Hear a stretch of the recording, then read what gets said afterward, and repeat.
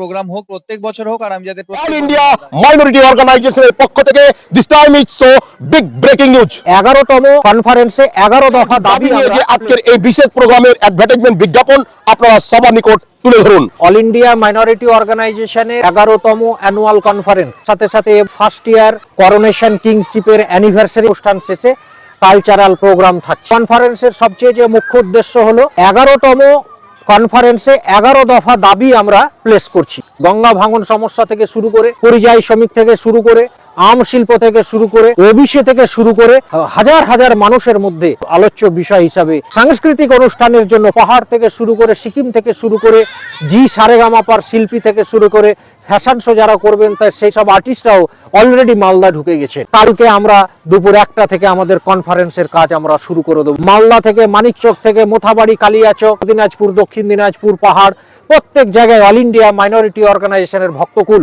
কালকে জমায়েত হবে। কালিয়াচকের মেজর ইস্যুস গুলোই কালকে আলোচ্য হবে। প্রফেসর নাসির আহমেদ, সর্বভারতীয় সভাপতি অল ইন্ডিয়া মাইনরিটি অর্গানাইজেশন এবং distinguished member international council of jurist London. জনগণের স্বার্থে অল ইন্ডিয়া মাইনরিটি অর্গানাইজেশনের পক্ষ থেকে 21শে ডিসেম্বর 2025 রবিবার বেলা 2টো হতে প্রতি বছরের ন্যায় এবছরের 11তম বার্ষিক কনফারেন্স অনুষ্ঠিত হতে চলছে মালদহ জেলার মোথাবাড়ি থানার পঞ্চনন্দপুর এলাকার পাগলাঘাট বিউটি পার্কে। জনসেবামূলক বিভিন্ন দাবি দেওয়ার সঙ্গে এবছরে 11তম বার্ষিক কনফারেন্সে রাজ্যের বিভিন্ন পরিষেবাগুলোর মধ্যে জনকল্যাণমূলক 11 দফা দাবি নিয়ে অনুষ্ঠানটি অধ্যাপক নাসির আহমেদ, যিনি সর্বভারতীয় সভাপতি অল ইন্ডিয়া মাইনরিটি অর্গানাইজেশনের কর্ণধার, পরিচালনা করতে চলছে। এবছরে আরো একটি বিশেষ ঘোষণা, রাজ্যাভিষেকের বর্ষপূর্তি অনুষ্ঠান হতে চলছে। সঙ্গে থাকছে বিনোদনমূলক প্রোগ্রাম। দূর দূরান্ত থেকে উপস্থিত হয়েছে একাধিক শিল্পীরা। আগামীকাল উপস্থিত হয়ে যান কালিয়াচক 2 পঞ্চনন্দপুর বিউটি পার্ক।